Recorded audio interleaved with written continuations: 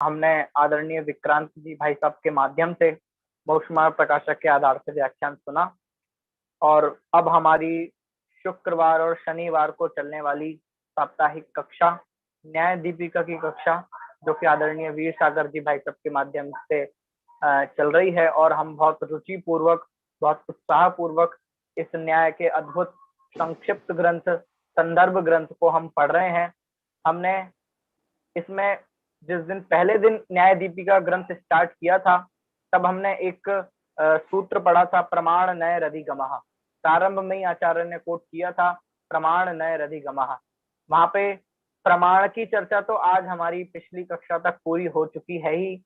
प्रमाण की चर्चा हम पूरी कर चुके हैं, आगम प्रमाण तक।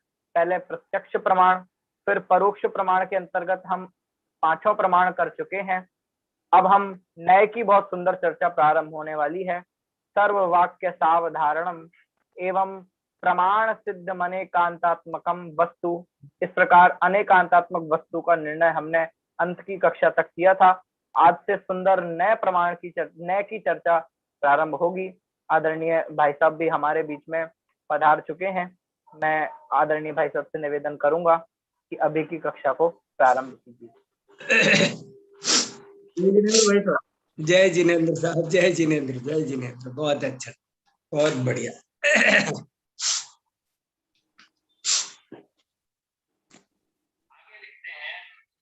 श्रीवर्धमानमर्हन्तं नत्वा बाल प्रबुद्धये विरच्यते मितस्पष्ट संदर्भ न्याय दीपिका। पक्षपातो न मे वीरे न द्वेषः कपिलादिषु युक्तिमद्वचनं यस्य तस्य कार्यः परिग्रहः। हम सब न्याय दीपिका ग्रंथ का स्वाध्याय कर रहे हैं, जिसमें न्याय अर्थात प्रमाण नयात्मको न्याय। न्याय किसे कहते हैं? तो तत्काल ये पंक्ति उपस्थित होनी चाहिए कि प्रमाण नयात्मको न्याय। प्रमाण नए स्वरूप न्याय होता है, अर्थात न्याय के दो अवयव हैं, प्रमाण और नय। और फिर प्रमाण का क्या स्वरूप है, कितने उसके भेद हैं, कितने उसके उपभेद हैं, ये सब चर्चा हमने बहुत विस्तार से पढ़ी।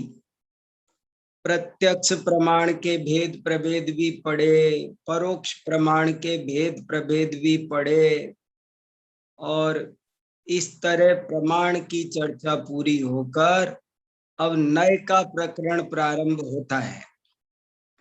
पिछली बार जो हमने पढ़ा वो विषय बहुत अधिक महत्वपूर्ण था, उस पर थोड़ा ज्यादा ध्यान हमको आपको सबको देना है, इसलिए मैं उस पर थोड़ा सा ध्यान आकर्षित करना चाहता हूं कि पिछली बार जो हमने आगम प्रमाण का स्वरूप जो कुछ दिनों में पढ़ा, वो कई बातें हमारे सामने बहुत महत्वपूर्ण छोड़ गया। हमको उन्हें भूलना नहीं है, बार बार अपने चित्त में रखना है, और उसमें बहुत सारी बातें आई। आगम किसे कहते हैं ये बहुत कम लोग जानते हैं। द्रव्य आगम को आगम क्यों कहते हैं, कारण में कार्य का उपचार क्या होता है, फिर आप्त क्या होते हैं, उसका सही लक्षण क्या है, आगम की परिभाषा के एक एक शब्द का क्या महत्व है, आप्त की परिभाषा के एक एक शब्द का कितना गहरा अर्थ है, ये सब बातें हमने समझी। जितनी बार समझो उतना आनंद आता है। कितनी प्रामाणिकता जैन आचार्यों की है, कितनी प्रामाणिकता, वैज्ञानिकता, कितनी यथार्थ था जैन कथनों की है, कितनी गहराई से, गंभीरता से, युक्ति सम्मत ढंग से जैन आचार्य अपनी बातों को समझाते हैं, रखते हैं। जिनेंद्र देव की ये वाणी कोई मजाक बात नहीं है, ये कोई अंधश्रद्धा का विषय नहीं है, ये कोई राजा का आदेश नहीं है, ये बहुत जीवन परिवर्तन कर देने वाली, जीवन का निर्माण कर देने वाली ये सुंदर जिनवाणी है। सारी हमारी चिंतन शैली बदल दे, हमारा सारा दृष्टिकोण बदल दे, हमारे चित्त में से सारी आकुलता को समाप्त कर दे। ऐसी सुंदर ये जिनवाणी है। और इसमें कैसी गजब गजब की बातें, क्या आगम का स्वरूप पढ़ा पहले हमने, फिर आप्त का स्वरूप पढ़ा हमने, और उसके बाद में हमने जो अर्थ का स्वरूप पढ़ा वो तो और भी गजब का। अर्थ का स्वरूप मुझे बहुत प्रभावित करता है। अर्थ क्या, पदार्थ क्या, वस्तु का स्वरूप क्या, कैसा वस्तु का स्वरूप है। तो कितनी गजब ढंग से उन्होंने कहा कि प्रत्येक वस्तु, इस विश्व की प्रत्येक वस्तु प्रति समय सामान्य विशेषात्मक है। अनेकांतोर्थ अर्थो अनेकांत, ये लाइन छोटी सी है लेकिन बीज बीज बुद्धि रिद्धि के होते हैं ना, ऐसे है। छोटा सा वाक्य, अर्थो अनेकांत। अर्थ किसे कहना, अनेकांतात्मक वस्तु को अर्थ कहते हैं। वस्तु अनेकांतात्मक क्यों है महाराज? क्योंकि उसमें अनेके अंतः गुणः धर्मः वसन्ति। इसलिए अनेक गुण धर्मों के रहने के कारण कैसे पहचाना कि वो प्रति समय उसमें अनेक गुण धर्म पाए जाते हैं? क्योंकि प्रत्येक वस्तु सामान्य विशेषात्मक है, एक दूसरी से मिलती भी है, नहीं भी मिलती है। क्योंकि प्रत्येक वस्तु प्रति समय उत्पाद व्यय द्रव्यात्मक है। ये बातें इतनी इतनी इतनी ज्यादा इम्पोर्टेंट है। ये मूलभूत तत्व ज्ञान है, एकदम असली। जैसे 5 किलो दूध हो, उस 5 किलो दूध में 1 किलो, आधा किलो, 250 ग्राम घी निकलता है। ऐसा ये 250 ग्राम घी है, ये जो हमने विषय पढ़ा। अर्थो अनेकांत, प्रत्येक वस्तु अनेकांतात्मक है। और कैसे उन्होंने समझाया कि यदि आप अनेकांत नहीं लगाओगे तो सर्वम वाक्यम सावधारणम, सारे वाक्य सीमित होते हैं। जब भी हम कोई भी सावधारण, अवधारण माने मर्यादा, सीमा, निश्चय, कोई भी वाक्य आप बोलोगे तो वो एक सीमा तक पहुंचता है। वस्तु सीमित नहीं होती, वस्तु असीम होती है, वस्तु असीम होती है। और वाक्य ससीम होता है, सीमा सहित तो सर्वम वाक्यम सावधारणम, जितने भी वाक्य है सभी एक मर्यादा युक्त है, एक सीमा युक्त है। इसलिए बहुत अच्छे से उन्होंने समझाया कि जब भी कोई बात कहो तो उसके अपर पक्ष का चिंतन किया करो, उसका भी ज्ञान किया करो, तभी हमारा ज्ञान पूर्ण होगा, नहीं तो हमारा ज्ञान अपूर्ण रहेगा। कैसी गहरी बात है, बहुत ही बहुत गहरी बात है। और खुद उदाहरण दिए कई तरह से कि सम्यक दर्शन ज्ञान चारित्र कारण है या अकारण है। तो उन्होंने कहा वे मोक्ष के कारण हैं, संसार के अकारण हैं। इसलिए वास्तव में देखा जाए तो सम्यक दर्शन ज्ञान चारित्र कारण भी है और अकारण भी है। गगन कुसुम है कि नहीं महाराज? तो गगन कुसुम है भी, नहीं भी है। आकाश का फूल होता है कि नहीं? गधे का सींग होता है कि नहीं? वंद्या का पुत्र होता है कि नहीं? कथनचित सत कथनचित असत।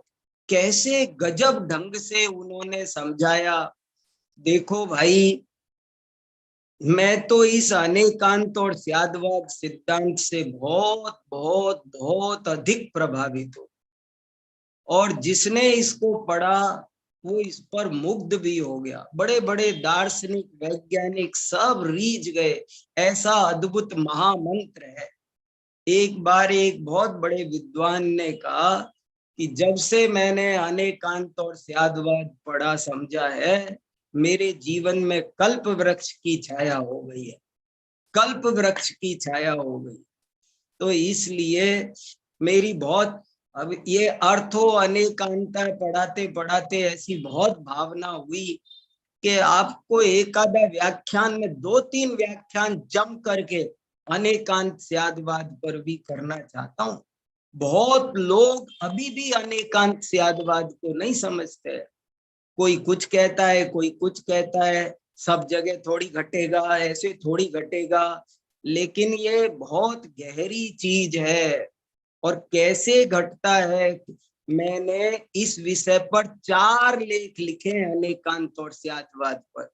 और वो चारों लेख बहुत प्यारे, बहुत महत्वपूर्ण छोटे छोटे लेख हैं और जैन न्याय प्रदीपिका में हैं। आप उनको पढ़ना, आपको इतना आनंद आएगा, बहुत आनंद आएगा। क्या अनेकांत स्यादवाद है। एक तो एक ही पेज का लेख है, एक ही पेज का, केवल एक पेज का। और उस लेख का नाम है कि हर विद्या में स्यादवाद। ऐसी कौन सी विद्या है? एक ही रेखा, गणित के हिसाब से देखो तो हर संख्या, हर रेखा छोटी भी है, बड़ी भी है। कोई भी संख्या छोटी है कि बड़ी, कोई भी रेखा छोटी है कि बड़ी। ज्योतिष कहता है एक ही तिथि शुभ भी है अशुभ भी है। किसी काम के लिए शुभ है, किसी काम के लिए अशुभ है। एक ही वार शुभ भी है अशुभ भी है। किसी काम के लिए शुभ है, किसी काम के लिए अशुभ है। तो कितने सारे उसमें भूगोल। सम्मेद शिखर पूर्व में है, पश्चिम में है, उत्तर में है या दक्षिण में? बताइए। हम सोचें सम्मेद शिखर किस दिशा में है? सम्मेद शिखर हर दिशा में है। पूर्व में तुम खड़े हो तो पश्चिम में है, तुम पश्चिम में हो तो पूर्व में है, उत्तर में हो तो दक्षिण में है, दक्षिण में हो तो उत्तर में है। क्या गजब का अद्भुत सिद्धांत है। और अमृत चंद्र आचार्य ने तो ऐसा लिखा है कि ये समस्त जिनागम का प्राण है।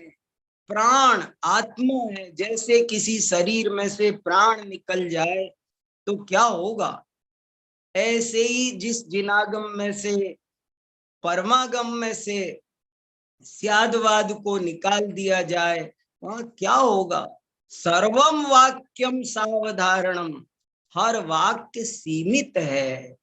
अगर वस्तु स्वरूप असीमित है, उसे कहने के लिए स्यादवाद का सहारा लेना जरूरी है। महात्मा गांधी ने एक पुस्तक लिखी है, सत्य के प्रयोग। उसमें लिखा है, एक वाक्य बहुत मार्मिक लिखा। एक वाक्य लिखा कि मूल सत्य को बोला नहीं जा सकता।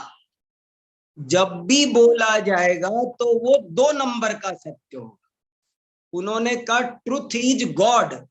जो सत्य है वो अवक्तव्य है, वो वचन गोचर नहीं है। वस्तु का स्वरूप वचन अगोचर है, उसको कोई कह ही नहीं सकता। जब भी आप कोई वाक्य बोलोगे तो उसके अनंत पहलुओं में से वो एक पहलू को पकड़ पाएगा, बस। ये है कि जब भी आप बोलोगे तो 2 नंबर का सत्य बोल पाओगे।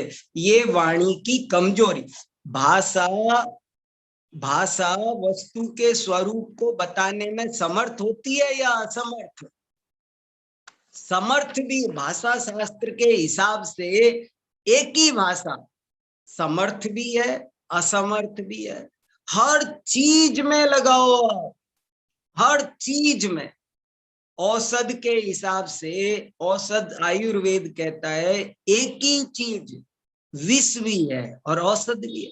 एक ही वस्तु विष भी है, औषध भी है। ये संगीत में कोई भी स्वर होता है, उच्च भी होता है, नीच भी होता है, सब चीज। छंद शास्त्र कहता है शार्दूल विक्रीडित का प्रयोग करना गुण है कि दोष? तो वो कहता है किस विषय पर पूछ रहे हो? एक विषय में शार्दूल विक्रीडित का प्रयोग करना गुण है और दूसरे विषय के प्रतिपादन करने के लिए शार्दूल विक्रीडित का प्रयोग करना दोष है। क्या क्या क्या क्या।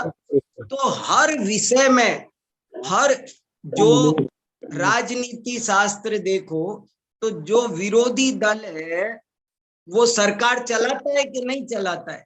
सरकार का सहयोगी है या विरोधी है? विरोधी भी सहयोगी है, सहयोगी भी विरोधी है। खेल में जो हमारे प्रतिपक्ष में खेल रहा है वो हमारा मित्र भी है, हमारा शत्रु भी है। चित्र में दिखने वाला मोर, चित्रकला कहती है, हमने चित्रकला में जो मोर बनाया है वो मोर है कि नहीं है? वो है भी और नहीं भी है। कैसी गजब की बात है। ना आप है कह सकते, ना आप सर्वथा ना भी नहीं कह सकते। सर्वथा का प्रयोग करना आतंकवाद है। मुझे एक वाक्य और बहुत अच्छा लगता है, बोले दुनिया में 2 ही वाद हैं, एक अनेकांतवाद और दूसरा आतंकवाद। तीसरा कोई वाद ही नहीं होता। इसलिए हमको सदा अनेकांतवादी बनना हो तो इस अनेकांत सिद्धांत को बहुत बारीकी से समझना पड़ेगा। बहुत लोग उलझे पड़े हैं, अभी भी उलझे हैं, हमारे मित्र उलझे हैं। अनेकांत त्यागवाद को समझे बिना पश्चातीक्रांत नहीं हो सकते। ये समझना जरूरी है। सर्वम वाक्यम सावधारणम। कोई भी कथन होता है, पिछली बार मैंने आपको कहा ना, मुनि महाराज को आहार देना चाहिए क्या, अभिषेक करना चाहिए क्या, दान देना चाहिए क्या? हर वाक्य, किसी भी वाक्य का एक उत्तर नहीं है, याद रखना। न्याय शास्त्र पढ़ने वालों को तो कान खोल के सुन लेना चाहिए। जो एक उत्तर देता है वो विष है। समंत भद्राचार्य ने साफ साफ लिखा है, एक उत्तर देना विष है और उसको दोनों उत्तर देना, उसके पूरे पक्ष को स्पष्ट करना। और अभी जो अब आज चर्चा शुरू होने वाली है वो तो और भी आगे बढ़ेगी। 2 नहीं 7 पक्ष हैं और किसी भी प्रश्न का उत्तर 7 प्रकार से दिया जाना चाहिए। सप्तभंगात्मक उत्तर ही सही होते हैं। मेरी ये लाइन अंडर की लाइन किया जाए, मैं बहुत इंपॉर्टेंट बात कह रहा हूं। किसी भी प्रश्न का उत्तर सप्तभंगात्मक होता है तभी सत्य होता है। एक भंग से उत्तर कंप्लीट नहीं होता है, सप्तभंगात्मक उत्तर होना चाहिए। ये बहुत उच्च कोटि की बात है। क्या बताऊं, कितनी सारी बातें अनेकांत और स्यादवाद के बारे में है। एक विद्वान ने लिखा है कि ये जो अनेकांतवाद है ये अहिंसा साधना का चरम विकास है। मुझे ये लाइन भी बहुत गजब की लगती है। जो अनेकांत नहीं मानता, एक एकांत बोलता है, एक पक्ष बोलता है, वो हिंसा करता है, हिंसक है। बताओ, अब ये बहुत ऊंची बात है।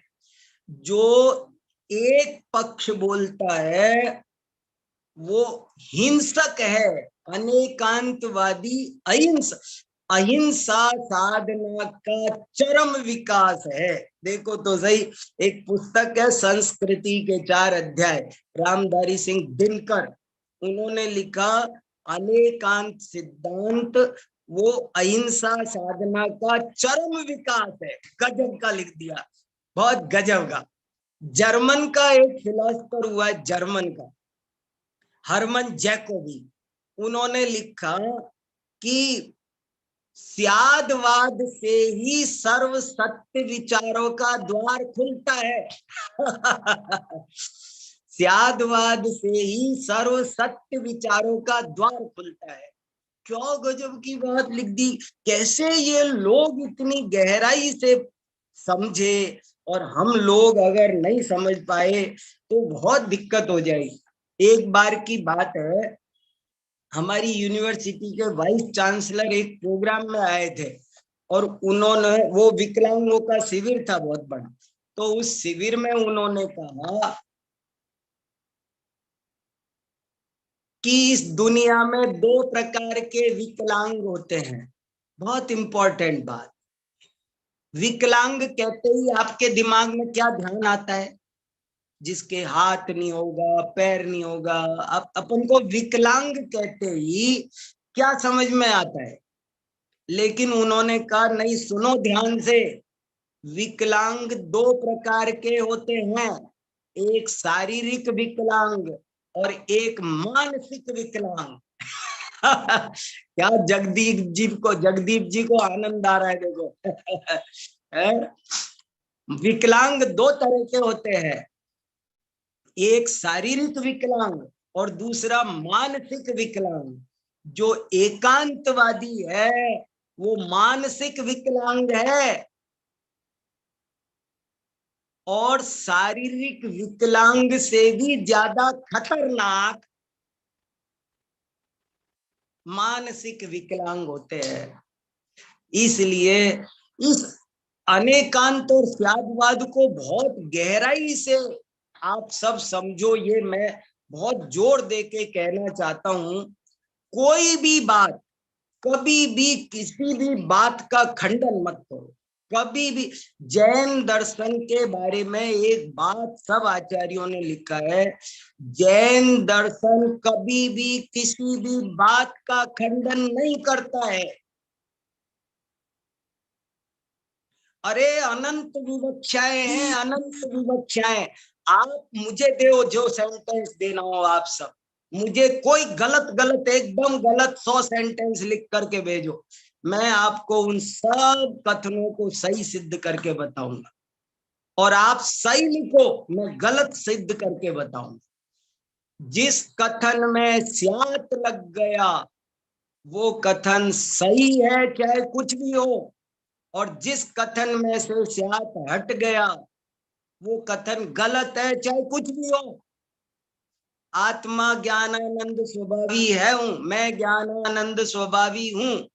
स्यात लगा है तो सही है, और स्यात नहीं लगा है तो गलत है।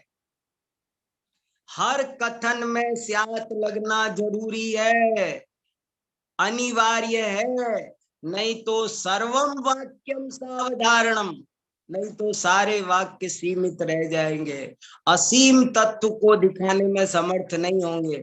स्यात लगाएंगे तभी जाकर के हम उनको समझ पाएंगे। अरे कितनी गजब गजब की विवक्षाएं है, शब्द नए, अर्थ नए, ज्ञान नए। शब्द से वस्तु, वस्तु 3 प्रकार की, मकान 3 तरह के होते हैं। ये पेन है ना, पेन 3 तरह के पेन होते हैं। हर वस्तु 3 तरह की होती है, एक शब्दात्मक, एक ज्ञानात्मक, एक अर्थात्मक। तो किस अपेक्षा से बात की जा रही है? कभी अर्थात्मक अपेक्षा से करते हैं, कभी शब्दात्मक करते हैं। तो ये बहुत गजब का प्रकरण हमारा निकला था। अर्थो अनेकांत, अनेकांत जैन दर्शन का प्राण है। आप थोड़े दिन प्रतिज्ञा कर लो कि हम जो भी सुनेंगे उसका उल्टा वाक्य उसके बगल में लिखेंगे, जो भी वाक्य सुनेंगे उसका उल्टा वाक्य उसके बगल में लिखेंगे।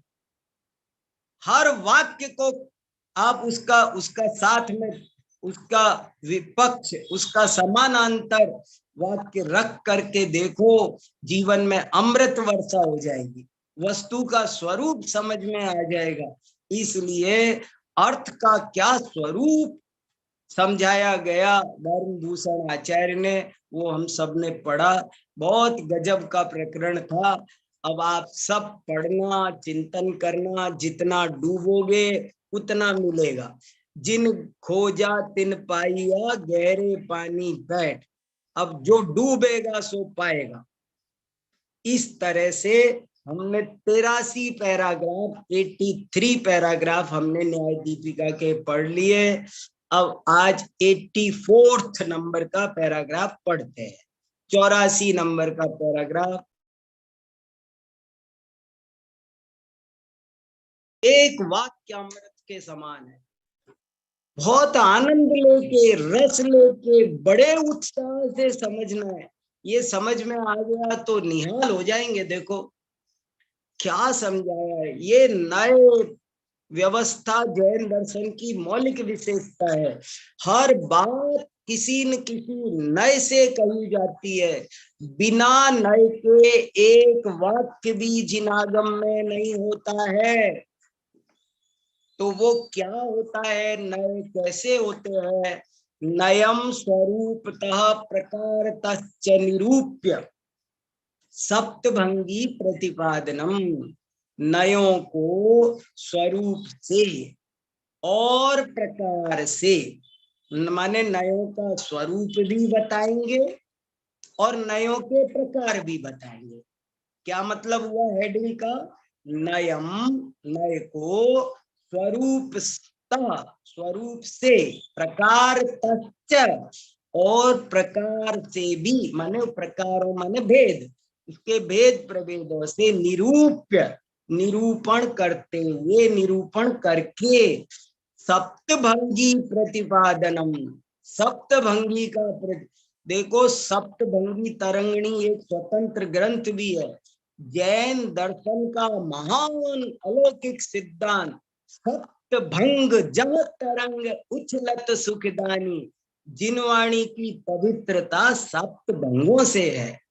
जैसे ऐसे उदाहरण दिया है कि जैसे समुद्र में लहरें ना उठे तो पानी सड़ जाता है, जिस जलाशय में भंग ना उठे, भंग माने लहरें, जिन वचन रूपी समुद्र में भी सात लहरें उठती रहती है निरंतर, इसीलिए जिन वचन पवित्र है, इसलिए उसमें मल नहीं है। नयम स्वरूप का प्रकार तश्च निरूप्य सप्तभंगी प्रतिपादनम। हो, ये सप्तभंग नहीं करते हैं, इसलिए एक एक पक्ष पकड़ पकड़ कर जीवन बीत जाता है। 7 भंग लगाने चाहिए, तभी तत्व हाथ में आएगा, तभी ग्रहण होगा वस्तु स्वरूप का। नय का स्वरूप बताएंगे, नय का प्रकार बताएंगे, और उसके बाद सप्तभंगी का प्रतिपादन करेंगे। आज क्या हो गया, कोई सप्तभंगी की चर्चा नहीं करता, इस पर चिंतन नहीं करता।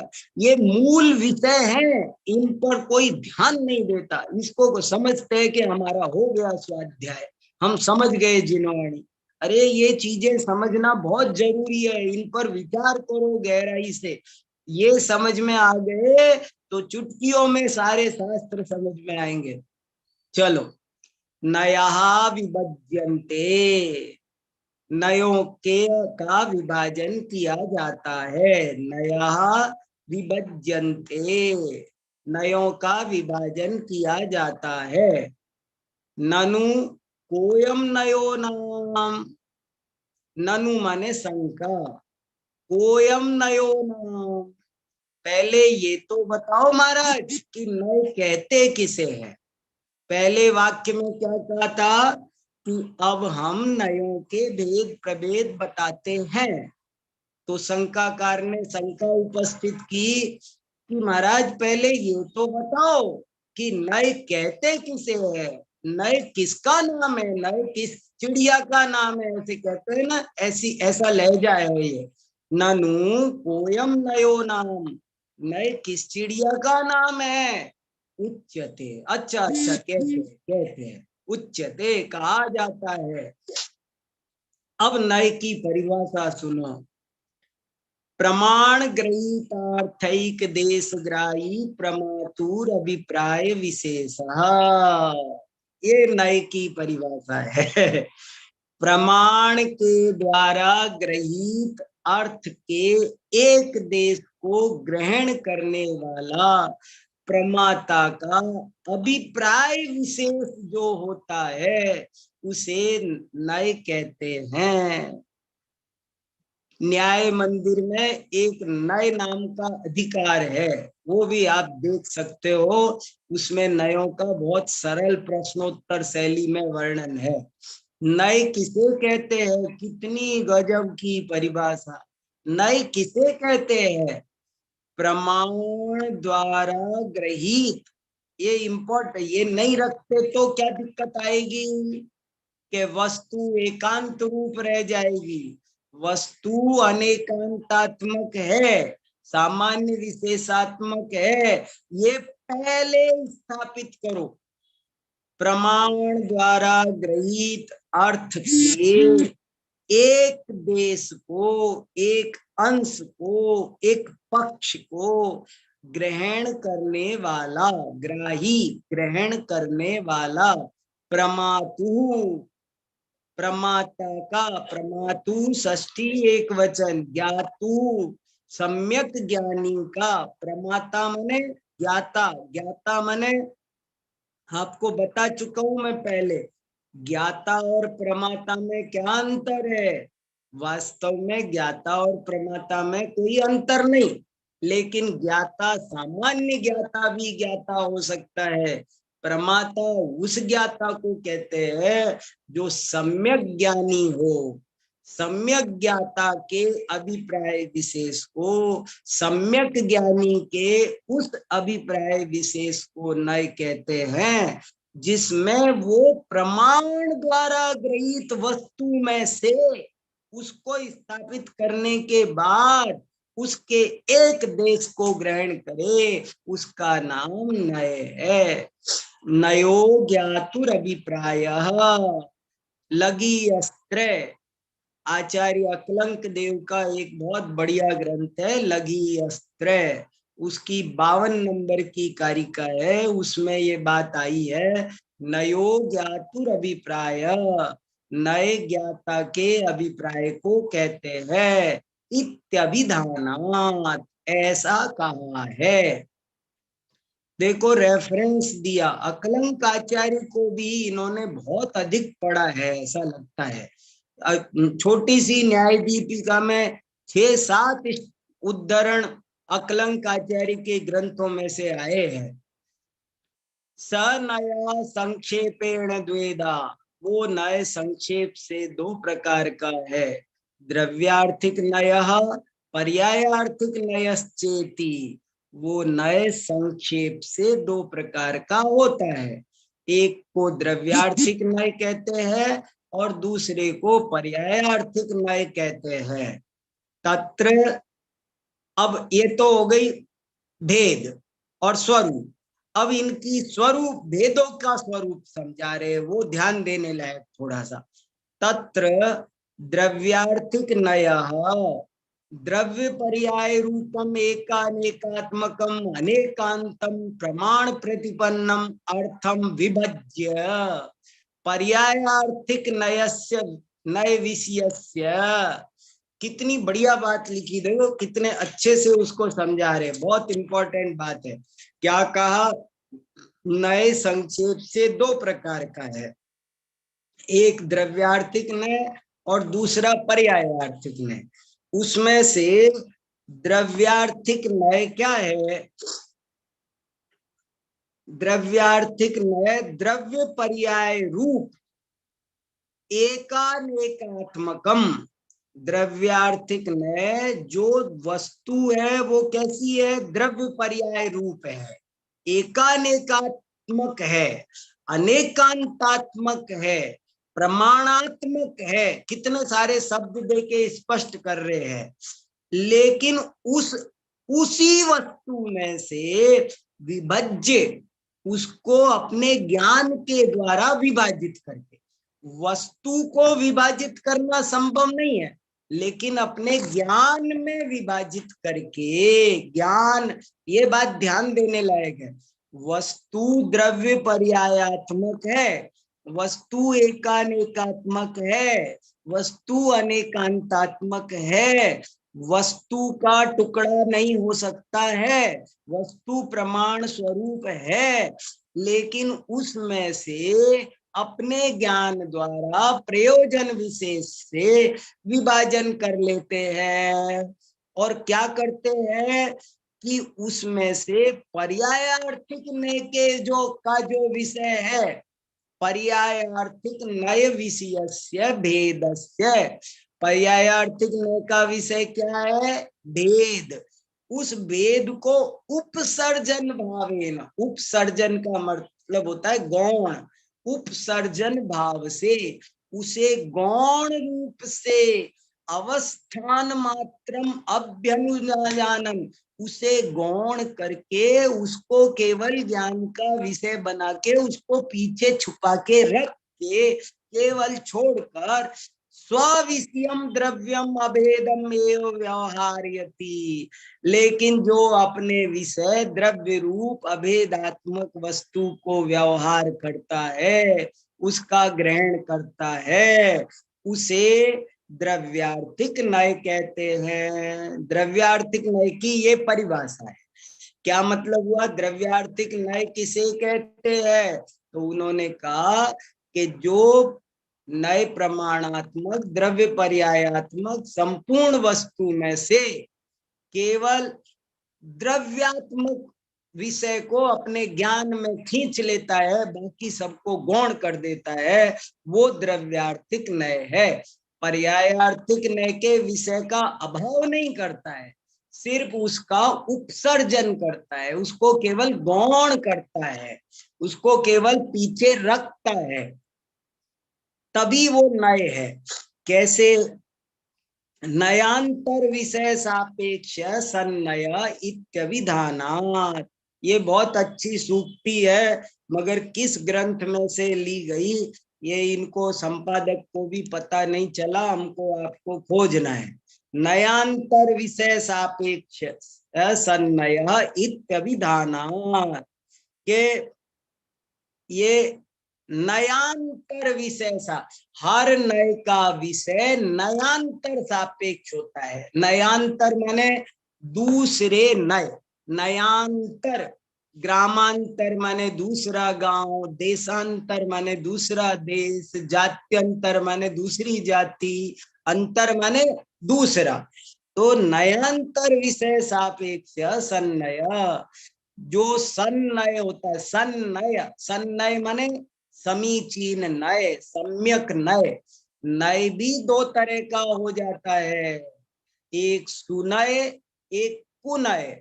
जब कोई नए नयांतर विषयों की अपेक्षा होता है तो वो सुनय होता है, और जब अन्य नयों की अपेक्षा को नष्ट कर देता है, निरपेक्ष होता है, तो वो मिथ्या नय होता है। सापेक्षा नया सम्यक, निरपेक्षा मिथ्या, सारे निरपेक्ष मिथ्या होते हैं। निरपेक्षा नया मिथ्या, सापेक्षा वस्तु तीर्थ कृत, निरपेक्ष नय मिथ्या होते हैं और सापेक्ष नय वस्तु को अर्थ क्रियाकारी सिद्ध करते हैं, सार्थक होते हैं। अब कैसे, तो वो एक दृष्टांत देके समझा रहे। यथा सुवर्णम आनय, जैसे कहा सुवर्णम आनय, सुवर्ण माने सोना, आनय, आनय माने लाओ, आनय माने, जैसे किसी ने, मान लो पिता ने पुत्र से कहा पत्नी ने पति से कहा सुवर्णम आनय, सुवर्णम आने माने सोना लाओ। तो द्रव्यार्थिक नय इस बात को कैसे ग्रहण करता है और पर्यायार्थिक नय कैसे करता है, सोने के उदाहरण से समझा रहे हैं। सुवर्णम आनय जब द्रव्यार्थिक नय से बोला जाएगा तो ऐसा बोला जाएगा सोना लाओ, बस हमको सोना चाहिए, हमको सोना खरीदना है। अब सोना खरीदना है ये द्रव्यार्थिक नय का कथन है, पर्याय गौण कर दी गई है। अत्र द्रव्यार्थिक नयम उत्सर्जनी कृत्य प्रवर्तमान पर्यायार्थिक नयम अवलंबे कुंडलम कुंडलम मानये इत्युक्ते न कटकादौ प्रवर्तते। देखो दो उदाहरण दिए, एक उदाहरण है सुवर्णम मानये, दूसरा उदाहरण है कुंडलम मानये। मान लो एक व्यक्ति को उसकी पत्नी ने कहा सोना दो मुझे, सोना लाओ मेरे लिए, तो वो कुछ भी ला सकता है। लेकिन यदि पत्नी ने कहा कि कुंडलम आना है, तो वो कुछ भी नहीं ला सकता, कुंडल ही लाना पड़ेगा। सुवर्णम आने कहा तो स्वर्ण लाना है, कुंडलम आने कहा तो कुंडल लाएगा। ये गजब की बात है। कुंडलम आने इत्युक्ते न कटकादौ प्रवर्तते, जब कुंडल मांगा जाएगा तो कटक आदि नहीं लाया जाएगा। कटक माने कड़ा, कुंडल माने कान का आभूषण, कटक माने हाथ का आभूषण। तो जब कुंडल मांगा है तो कटक नहीं ला सकता, लेकिन स्वर्ण मांगा है तो चाहे कुंडल लाओ, चाहे कटक लाओ, चाहे कुछ और लाओ। देखो कुंडलम आने इत्युक्ते न कटकादौ प्रवर्तते, कटकादि पर्यायात कुंडल पर्यायस्य भिन्नत्वात्।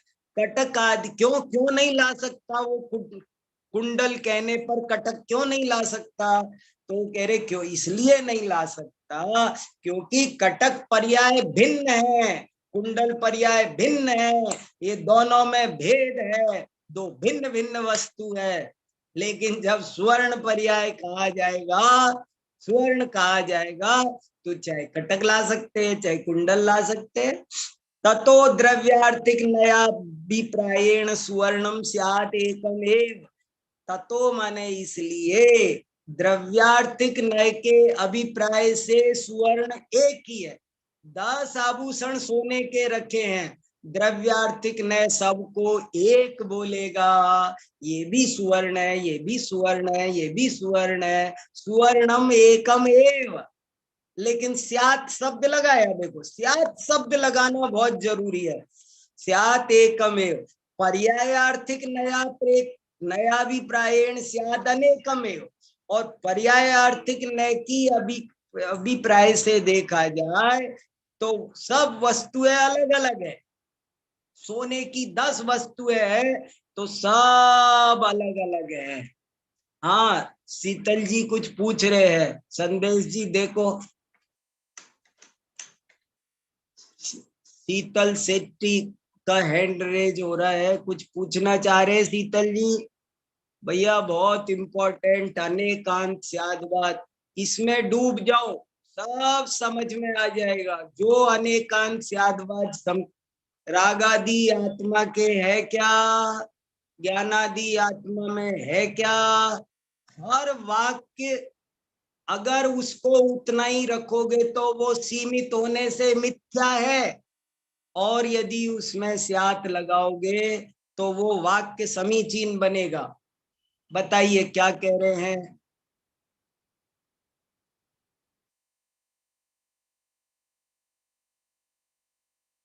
कोई कुछ कह रहा है संदेश जी?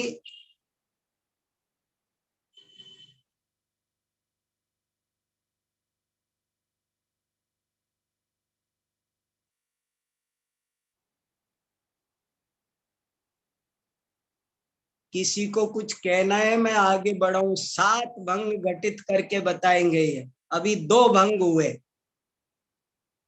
जो सोना लाओ कहा तो द्रव्यार्थिक नय से कटक कहो कुंडल कहो दोनों एक ही बात है। लेकिन पर्यायार्थिक न से देखा जाए तो कटक अलग है, कुंडल अलग है, इसलिए स्यात् अनेक भी है। हाँ शीतल जी बोलिए ना। अच्छा, आपको अनम्यूट नहीं कर रखा। संदेश जी नहीं है क्या इधर? संदेश जी है? चलो एक दो भंग और सुनाता हूं, अभी सुनूंगा आपकी बात तो समझ में आया। एक भी है और अनेक भी है। कितनी गजब की बात कही। मुझे कितनी महिमा आ रही है और मुझे ये चीज कितनी इम्पोर्टेंट लग रही है। मैं आपको अपने मन के उद्गार व्यक्त नहीं कर पा रहा हूं। मुझे जो रस आ रहा है, जो भाव महत्व समझ में आ रहा है, वो मैं ठीक से कैसे बताऊं आपको। लेकिन ये प्राण है, जैन दर्शन का प्राण है, इसको समझना बहुत जरूरी है। देखो, और फिर एक गजब की बात सुनो।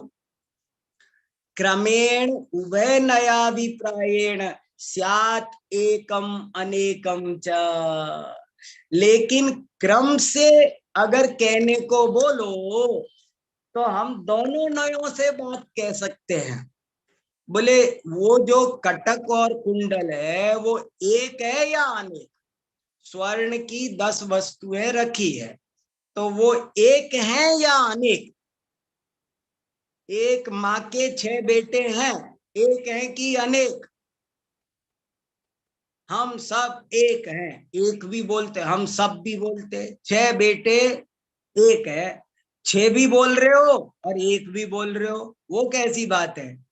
लेकिन हम सब वहां लौकिक में होशियार है, सब बातों को समझ लेते हैं। यहाँ हम कथन पद्धति आते ही परेशान हो जाते हैं। क्रम से एक साथ कहा जाएगा तो जब एक कहा जाएगा तब अनेक नहीं कहा जा सकेगा, और अनेक कहा जाएगा तब एक नहीं कहा जा सकेगा। लेकिन यदि क्रम से कहने की आप इजाजत दे दो तो हम दोनों कह देंगे। आप बोलो क्रम से बोलो तो हम बोल देंगे कि भैया इस अपेक्षा से ये एक है, इस अपेक्षा से ये अनेक है। अगर आपने ऑप्शन ही एक दे रखा है कि हम कुछ नहीं जानते, केवल यस और नो में टिक करो, प्रश्न पर डिपेंड करता है ना। प्रश्न ही आपने पूछा एक तो हम क्या करें? ये एक खास बात है। तो क्रमेण उभय नयाभिप्रायेण स्यात् एकम अनेकम च युगपत उभय नयाभिप्रायेण स्याद् अवक्तव्यम। और यदि आपको एक झटके में पूरा बोलना है, युगपत, युगपत आपको एक साथ बताना है, एक सेकंड की भी आगे पीछे नहीं होना चाहिए। एक सेकंड दूर, एक समय का भी, एक समय में बताओ वो एक है या अनेक? तो कहते हैं हम हाथ जोड़ लेंगे। अवक्तव्यम, पर्यायार्थिक नय से अनेक, द्रव्यार्थिक नय से एक। दोनों को क्रम से कहने की इजाजत हो तो एक भी है और अनेक भी है। और यदि दोनों को एक ही समय में कहने की का आदेश हो तो वस्तु अवक्तव्य है, बोला नहीं जा सकता। 4 भंग, 7 भंगों के नाम याद रखने चाहिए सबको, सबको।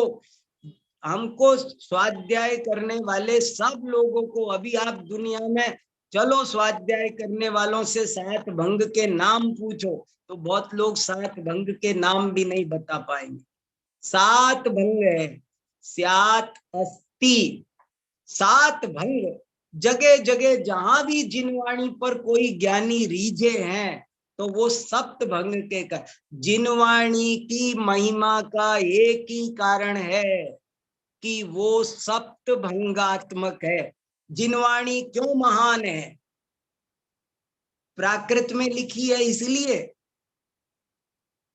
मैं बोल रहा हूं इसलिए, कुंद कुंदाचार्य बोल रहे इसलिए। जिनवाणी क्यों महान है? जिनवाणी इसलिए महान है क्योंकि वो सप्त भंगात्मक है।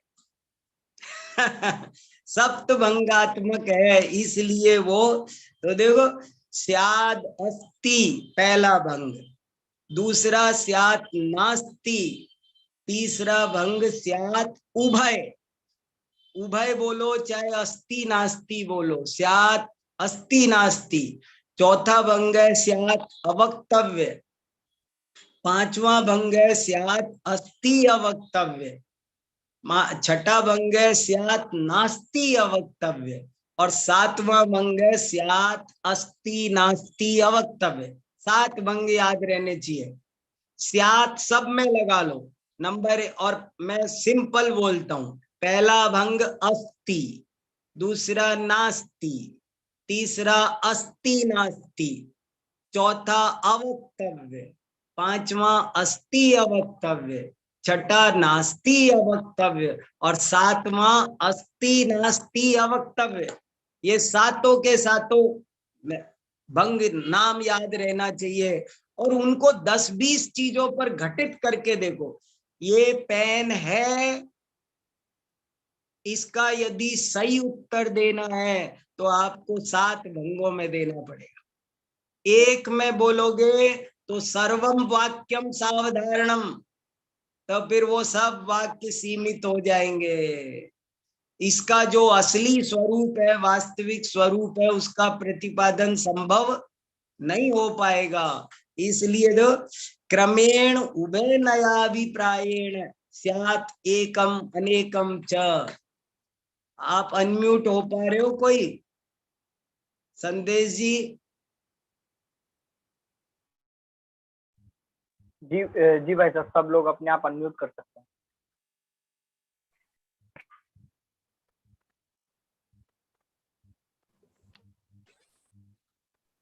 शीतल जी क्या पूछ रहे, देखो।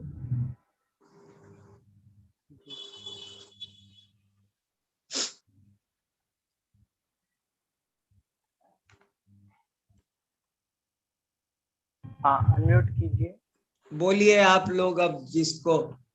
नहीं, मैं पूछ रहा तो ख्याल में आ गया। आ गया, वाह, very good, very good, very good. और बताओ आप लोग, क्या क्या समझ में आ रहा है? दीपाली जी बताओ। क्या बहुत ही महत्वपूर्ण विषय है, इस विषय को साधारण मत समझना। अनेकांत स्यादवाद वो तो प्राण है भैया, वही पूरी संपूर्ण जिनवाणी का सार है ये। चाचा, हाँ, बोलो बोलो बोलो प्रज्ञा, सुनाओ बेटा।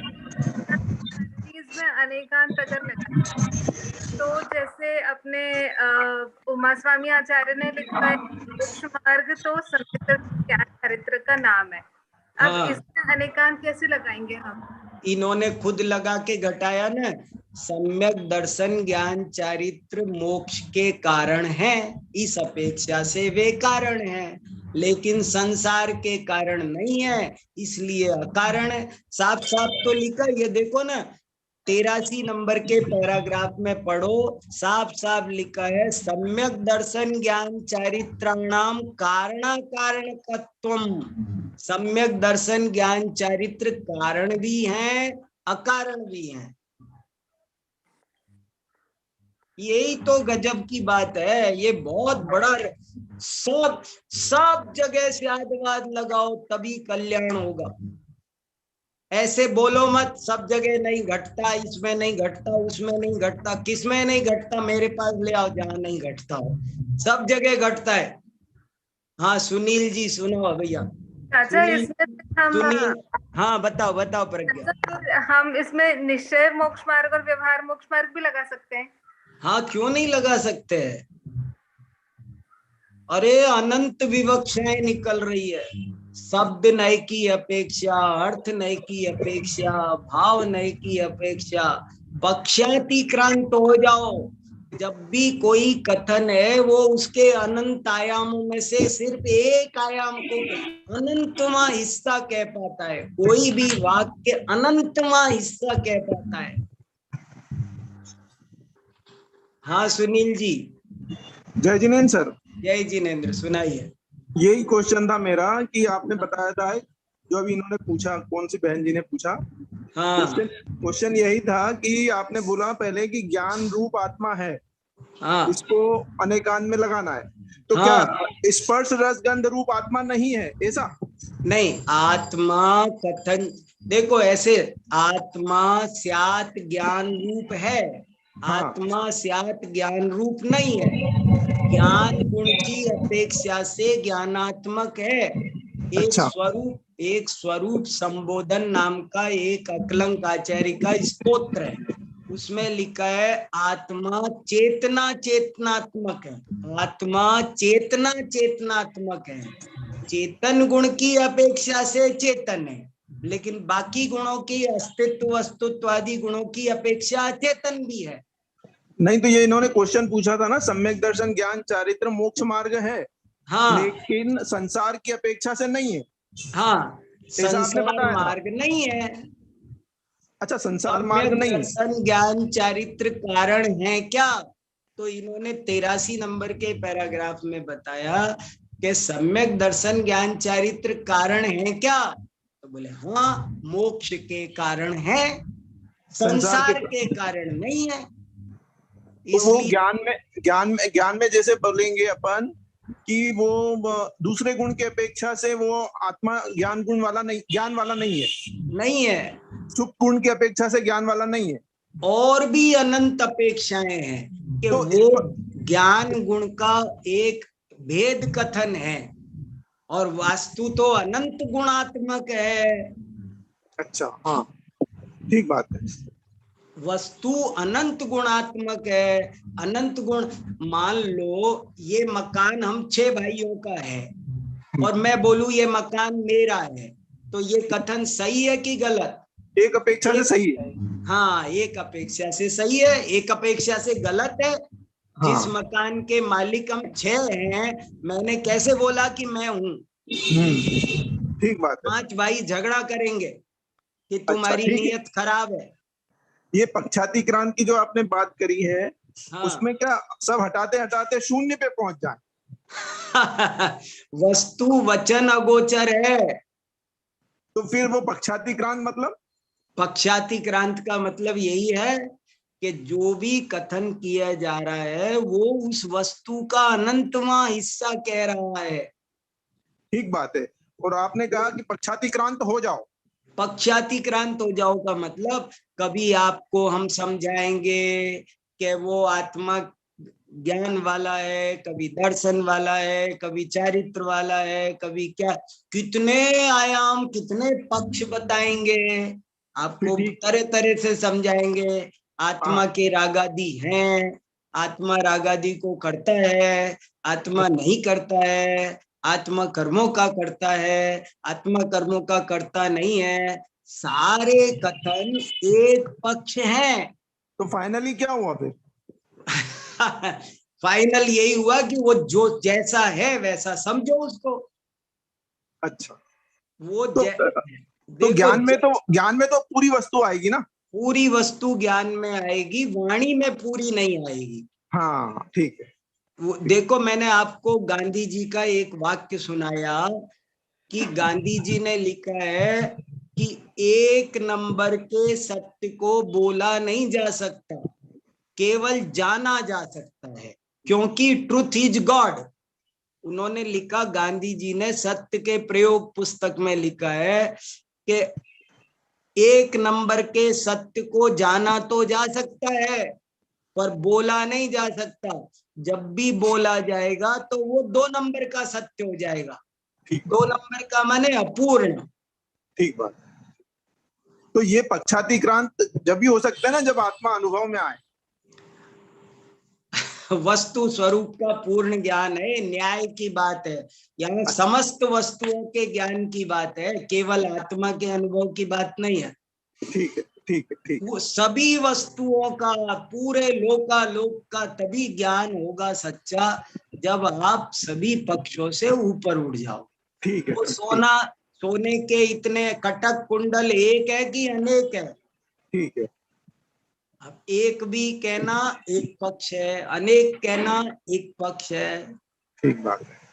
और उनसे ऊपर उठना, हाँ जैसे है वैसे है, जैसा समझ में आता है वैसा नहीं कहा जा सकता। ठीक बात, ठीक बात। बहुत बढ़िया। तन्वी जी। हाँ और जय जिनेन्द्र डॉक्टर जी। हाँ बोलिए। मुझे ये इसी में मेरे को पूछना था कि जैसे हर वाक्य में साथ लग सकता है, तो हाँ। जैसे अगर हम ये बोलें कि रात्रि भोजन नहीं करना चाहिए, हाँ। और इसमें हम स्यात् कैसे लगाएंगे? तन्वी जी बोल रही ना? हाँ जी। अरे इतने बड़े साइंटिस्ट हो, लगाओ ना, लगाओ, क्या दिक्कत? क्योंकि ये तो अगर हम ये बोल दें कि स्यात् रात्रि भोजन करना चाहिए, तो हाँ। फिर वो तो समझ में नहीं आता। हाँ घबराहट हो जाती है ना, घबराहट हो जाती है, क्या बताएं। लेकिन लगाया जा सकता है। द्रव्य क्षेत्र काल भाव। मैं 10 लक्षण में अमेरिका गया और मैं वहां से यहाँ घर पर फोन करता था कि मैं अभी भोजन कर रहा हूँ, तो ये हमारे पत्नी बच्चे कहते थे आप रात्रि में भोजन कर रहे हो।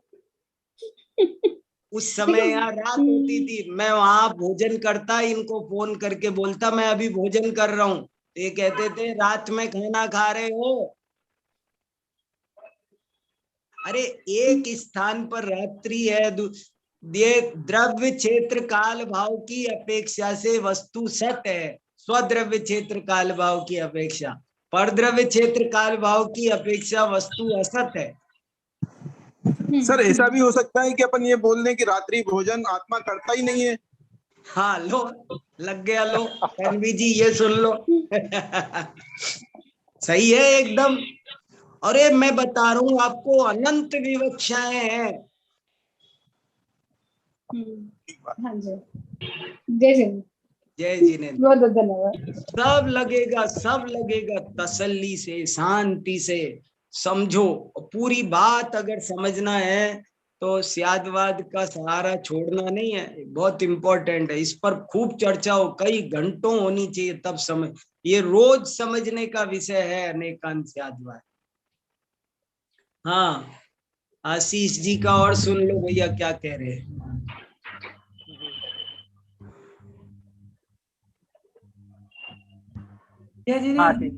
हाँ बोलिए। सर हम इस तरह से कह सकते हैं कि आत्मा ज्ञान स्वरूप है ज्ञान के आधार पर, तो और अगुरु लघु गुणों के आधार पर आत्मा ज्ञान स्वरूप नहीं है, हाँ कह सकते हैं सर हम ऐसा? आत्मा ज्ञान गुण की अपेक्षा ज्ञान स्वरूप है, और अगुरु लघु गुणों के अपेक्षा ज्ञान स्वरूप नहीं है। हाँ अन्य किसी भी गुण की अपेक्षा ज्ञान स्वरूप नहीं है। ज्ञान गुण की अपेक्षा ज्ञानी है, और ज्ञान के अलावा उसके अनंत गुण है। अस्तित्व गुण की अपेक्षा वो सत है, वस्तुत्व गुण की अपेक्षा से वो वस्तु है, द्रव्यत्व गुण की अपेक्षा से वो द्रव्य है। हर गुण की अपेक्षा से उसके अलग अलग नाम है। एक ही आदमी जब डॉक्टर के पास जाता है तो मरीज है, ट्रेन में बैठता है तो यात्री है, दुकान पर जाता है तो ग्राहक है अलग अलग हिसाब। ठीक है सर, थैंक यू सर।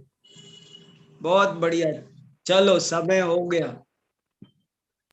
भाई साहब। इस प्रकार हाँ जी भाई हाँ, साहब। हाँ बोलिए। हाँ ये अनेकांतोप्यनेकांत ये तो सुना था अपन ने। अरे आपने अब बोल रहे हैं आप, बहुत बढ़िया। हाँ सुनाओ सुनील जी। हाँ अनेकांत भी अनेकांत रूप होता है, ये बात हाँ तो समंतभद्र आचार्य ने कही है। हाँ आज बहुत अद्भुत प्रमेय काफी हाँ साल बाद सुनने हाँ आया। हाँ जो टीकाकार को भी, न्याय दीपिकाकार को भी ओरिजिनल संदर्भ नहीं मिला। हाँ। नयांतर विषय सापेक्ष सन्नयः, वाह, ये बहुत अद्भुत प्रमेय है। बहुत मतलब अद्भुत। ये नयों की खेचा खांची में जो पक्ष करके बैठते हैं उनके हाँ लिए तो महामंत्र है वैसा भी। बहुत बहुत। उसी को सम्यक नहीं कहते हैं कि जो नयांतर विषय की सापेक्षता वाला होता है। बहुत इम्पोर्टेंट बात। और आपने वो भी कहा सापेक्षा नया सम्यक हाँ निरपेक्षा मिथ्या, ये तो है ही निरपेक्षा बहुत नया अद्भुत, मिथ्या। हाँ बहुत सुंदर। बहुत बढ़िया। और दूसरी बात, अनेकांत और साधुवाद के बारे में 4-6 आपके व्याख्यानों की प्रतीक्षा करेंगे हम लोग जरूर। बहुत बहुत गजब की चीज है ये, जब से समझा है चित्त के वातायन खुल गए। बराबर। वाह। बाकी तो सप्तभंगी का तो बहुत सुंदर, बहुत आनंद आया। हाँ छोटे दादा वो चैन सुखदास जी के घटना सुनाते हैं। हाँ चैन सुखदास जी अपने पंडित जी, हाँ वो बोले हाँ, कि बराबर। तुम्हारे जैनों में 7 भंगी क्यों होते हैं? बोले कि तो तुम लोग गंदगी इतनी करते हो तो हमारे पास क्या करें? वाह, क्या बात है, क्या बात है, क्या बात है, क्या बात है। आनंद आया सुन करके, आनंद है, विषय बहुत मजा आ गया। वाह वाह वाह वाह। इतना लेकिन इतना ये मोह बहुत आता अच्छी है खुशी वाणी होती में है। कि सप्तभंग चाहिए। वाह, सप्तभंगी चाहिए। वाह, गजब है, दादा बहुत जोरदार सुनाते हैं उस घटना को। गजब है, गजब है, गजब है। ठीक है भाई साहब, बहुत आनंद आया, बहुत आनंद अच्छा। आ गया, बहुत आनंद आ गया। अभी कल और चर्चा करेंगे, बहुत बढ़िया। जी जी जी, बहुत अच्छा, बहुत बढ़िया जी। इस प्रकार अभी हमने प्रमाण की चर्चा पूर्ण करते हुए नए की चर्चा प्रारंभ की। वास्तव में ये बात समझने जैसी है कि कौन सी बात क्या कही जा रही है ये इतना इम्पोर्टेंट नहीं है, वो क्यों कही जा रही है ये जितना इम्पोर्टेंट है। हमें उसको, उसके अभिप्राय को समझना चाहिए, उसकी अपेक्षा को समझनी चाहिए। यदि सिर्फ हम शब्दों में अटक जाएंगे तो निश्चित ही झगड़ा खड़ा हो जाने वाला है। तो क्या बात क्या कही जा रही है इससे ज्यादा महत्वपूर्ण है कि वो क्यों कही जा रही है, उसका प्रयोजन, उसका अभिप्राय जानना बहुत आवश्यक है। ऐसी बहुत सुंदर अनेकांत की और नयों की चर्चा, आज त्यागवाद की चर्चा हमने सुनी, सप्तभंगियों की चर्चा चल रही है और कल भी इसी समय पर हमारी कक्षा यथावत रहेगी। आप समय से पधारें। अभी जिनवाणी स्तुति पूर्वक कक्षा को विराम लेंगे। अनंत धर्मण तत्त्वं पश्यन्ति प्रत्यगात्मनः अनेकांतमयीर्मूर्तिर्नित्यमेव प्रकाशताम्। इस प्रकार अनेकांतमयी जिनवाणी माता को हम